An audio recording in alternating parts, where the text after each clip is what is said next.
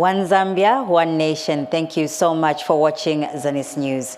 In our headlines, social protection programs improves livelihood for Masaiti women. Mwansa-Wombwe farmers demand increased farm inputs for 2026-2027 farming season.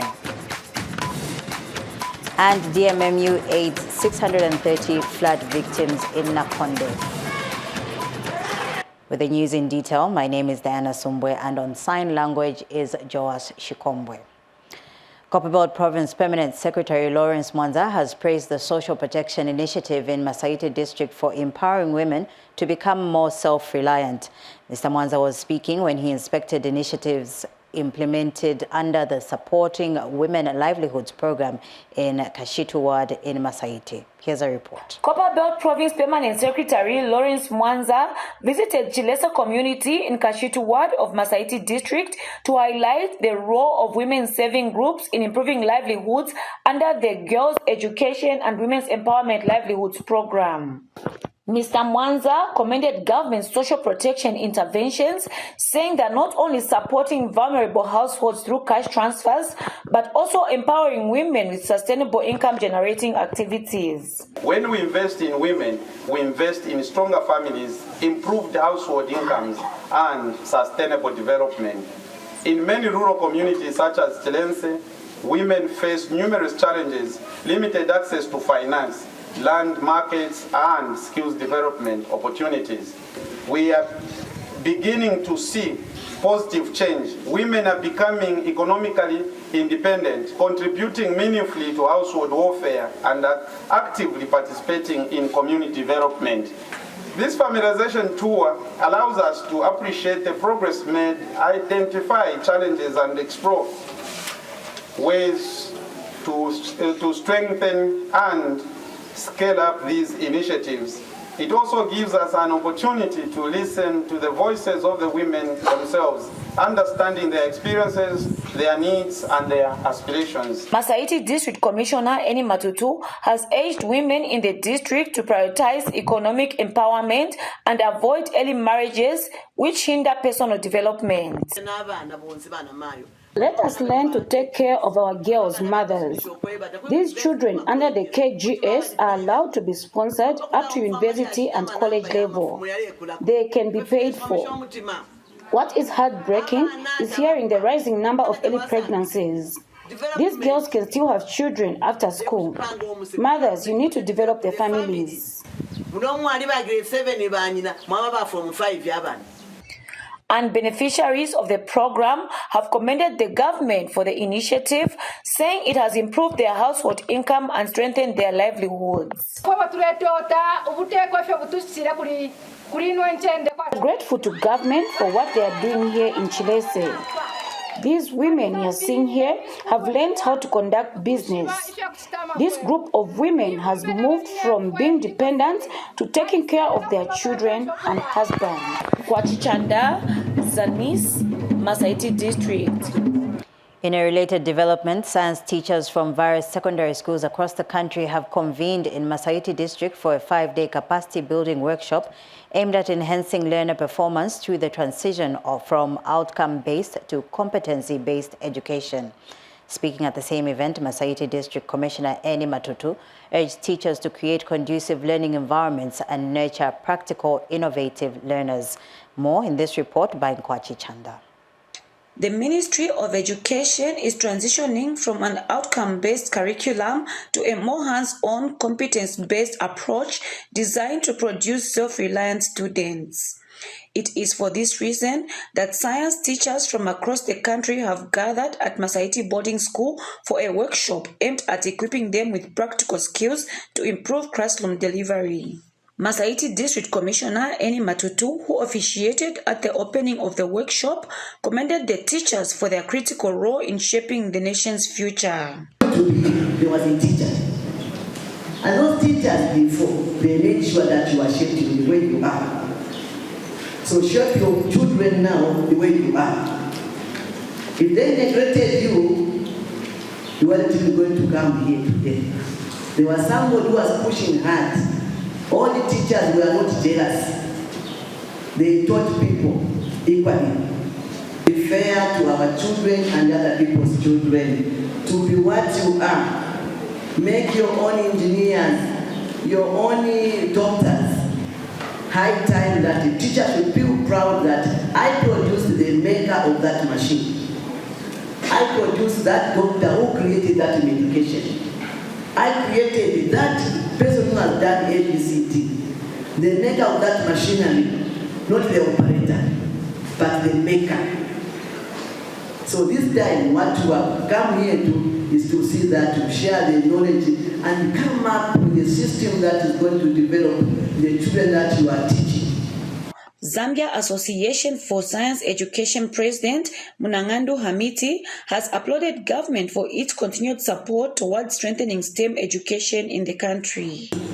As science teachers, we also realize that we are not at a time where we need to make learners memorize things.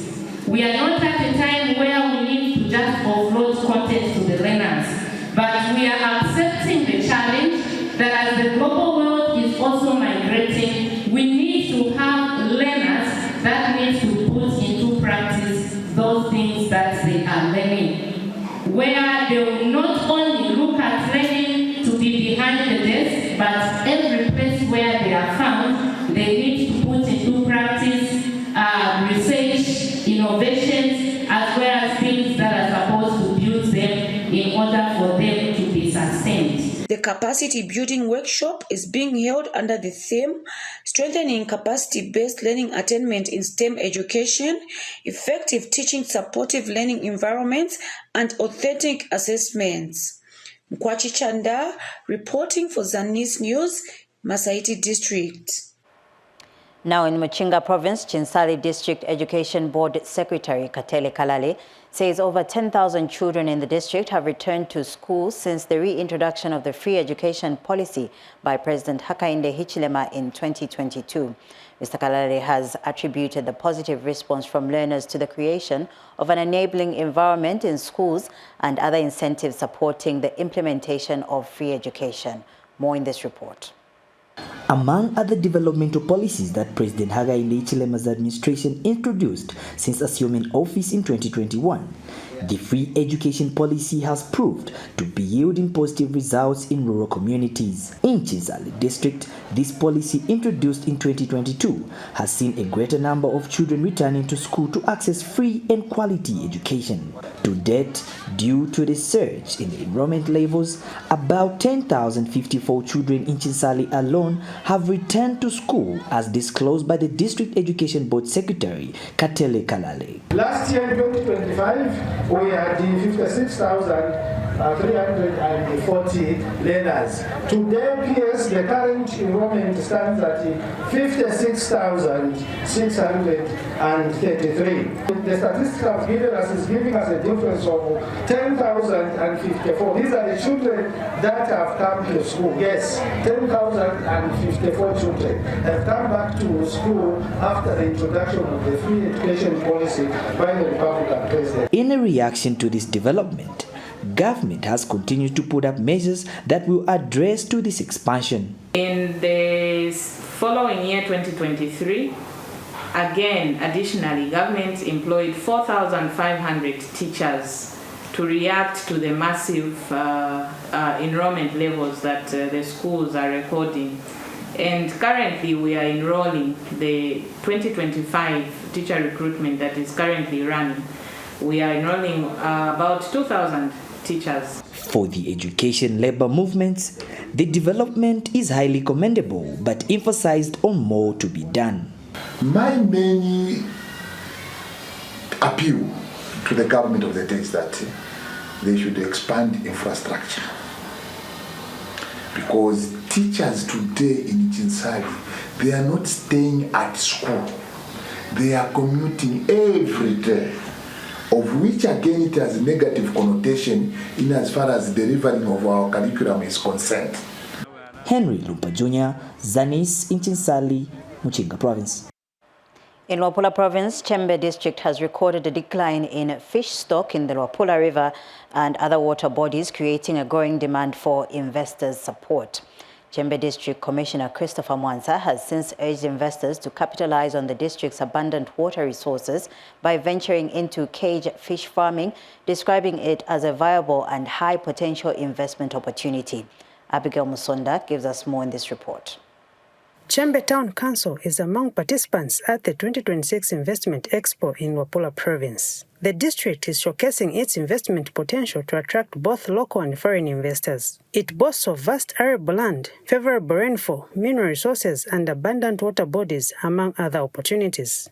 Chembe is a newly created district with a lot of investment opportunities, starting from agriculture, tourism, and also fish industry, and a lot of investment opportunities that we have.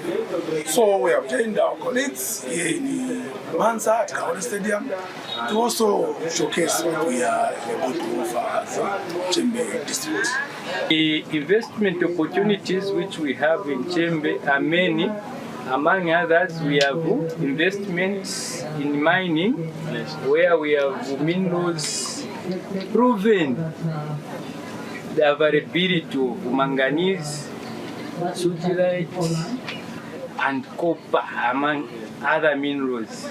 Meanwhile, District Commissioner Christopher Mwansa has called for increased investment in cage fish farming, citing high demand and untapped potential in the sector. So for investors that would want to come and do maybe cage farming, cage fish farming, Chembe district is calling you. Then we've got plenty of land where we can do fish ponds, and plenty of water where they can source water to put into those fish ponds. Republican President Hakainde Hichilema is tomorrow expected to grace the expo. Abigail Musonda for Zanis TV, Mansa. Still in Wapula Province, small-scale farmers in Mwansawombe district have appealed to government to consider increasing the allocation of farming inputs for the 2026-2027 farming season. The farmers made the call during the district interface meeting organized by the German Corporation under the Enabling Access to Justice, Civil Society and Participation Transparency Enact program held at the Council Community Hall. Join Louis Changwe for the details. The German Corporation, under the Enabling Access to Justice, Civil Society Participation and Transparency Enact program, has been in Mwansawombe district to educate members of the community on various governance issues. The interactions culminated in an interface meeting with service providers where members of the community raised issues that affect them. We had the concerns, especially in the agriculture sector. The packs are very few, meaning that many farmers are left out. So now we are pleading to the higher authorities if they can increase the packs of farmers, because the number of farmers is increasing nearly every year. District Agriculture Coordinator Ruben Chandwa and other government workers were on hand to clarify issues raised against them. Farmers had serious complaints, which are very genuine actually when you look at them. What I have found out is that the farmers really are very much concerned about the small number of inputs that they have been receiving from government in form of FISIP. On our register as a district, under DACO's office, we have 10,800 farmers. But out of the 10,800, there are only 2,000 farmers that have been receiving the inputs. And GIZ technical advisor under the Enact project, Bernard Mumba, explains the purpose of the program. We have been engaging with citizens and just empowering them on issues of human rights, corruption, governance, and also just general development of our communities. We go out in the community. They share with us issues that are affecting them and also things that they would love to see as part of their development in these communities. Louis Changwe, Zanis, Mwansawombe, Wapula Province. We move to Northwestern Province, where construction of the Kiawama Clinic in Solwezi District is progressing steadily.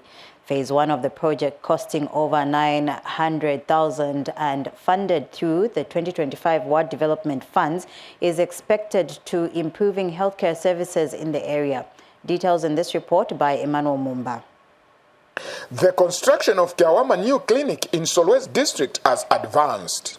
A check by Zanis found the building has been roofed with only a few construction works remaining to complete Phase 1. Community members are happy and appealed for the expediting of the remaining works. We are so glad that our government has sought otherwise for us, because the facilities, health facilities, are quite a distance from this place, and this place is very populated, especially that our children at school, when they fall sick, we don't have a nearby clinic. We are grateful for the construction of the clinic in our community.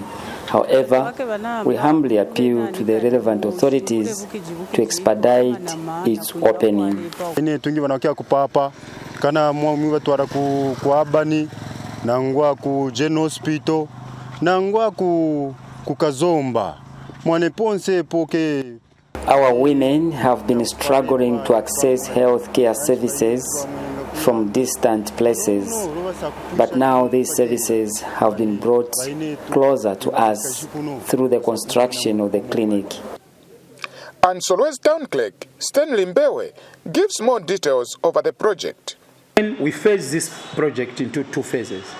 Phase 1, which now has been completed, and then we are going to have Phase 2, where we are going to do the finishings and the water and sanitation, because we need to connect that facility to water and sanitation.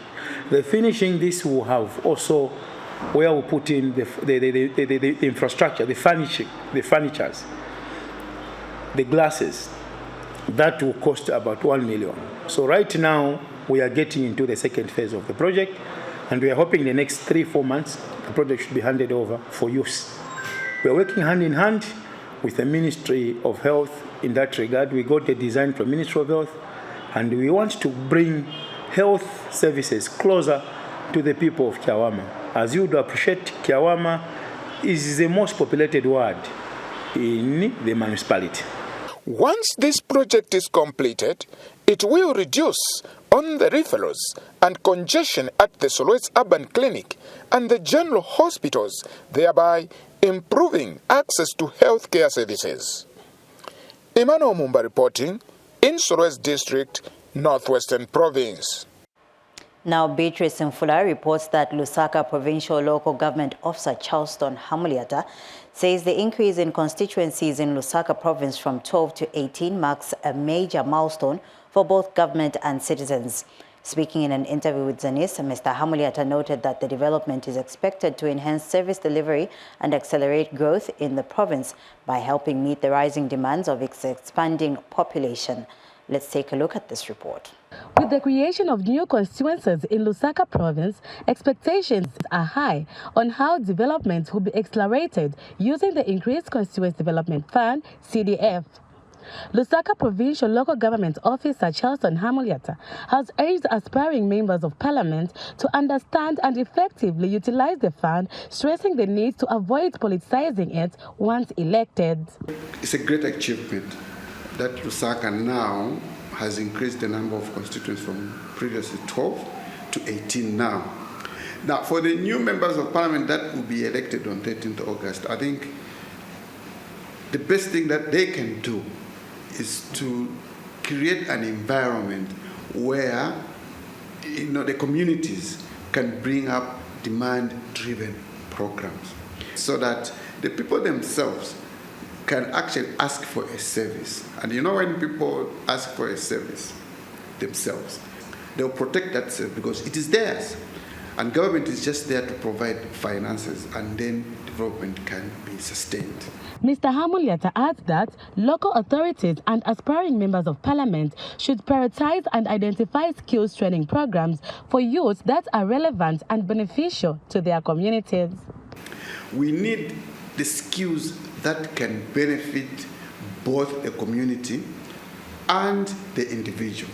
Skills like carpentry and joinery. This is also good for the local authorities that they should work together with members of parliament in identifying skills that can benefit both the community and the individual. Meanwhile, governance expert and human rights advocate Wesley Miyanda has welcomed the delimitation of constituencies, describing it as a step towards improved representation and governance.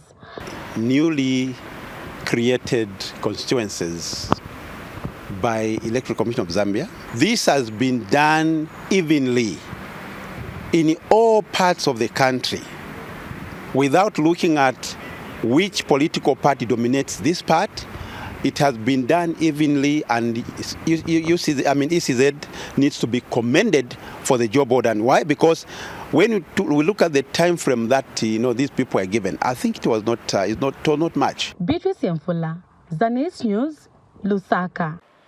Muchinga Province has been allocated 146 health workers from the recent nationwide recruitment exercise.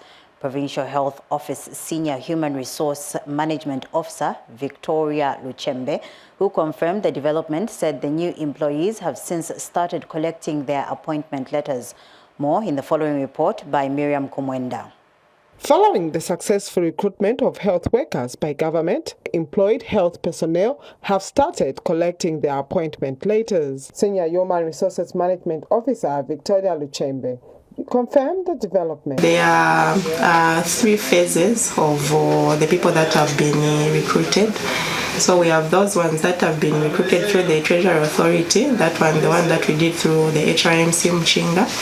Then we also have the cholera volunteers who have been recruited, and also those who have been recruited through replacements. So Muchinga is a beneficiary of recruitment in all the 3 categories. So for Treasury Authority, we have a total number of 146 applicants that were recruited, and we started issuing out letters yesterday. I think the response has been so good. By yesterday, we had 52 officers who had reported.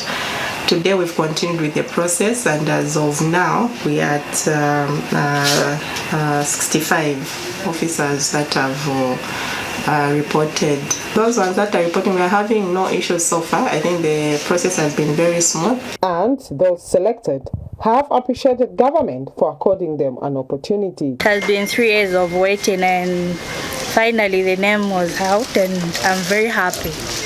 Thank you.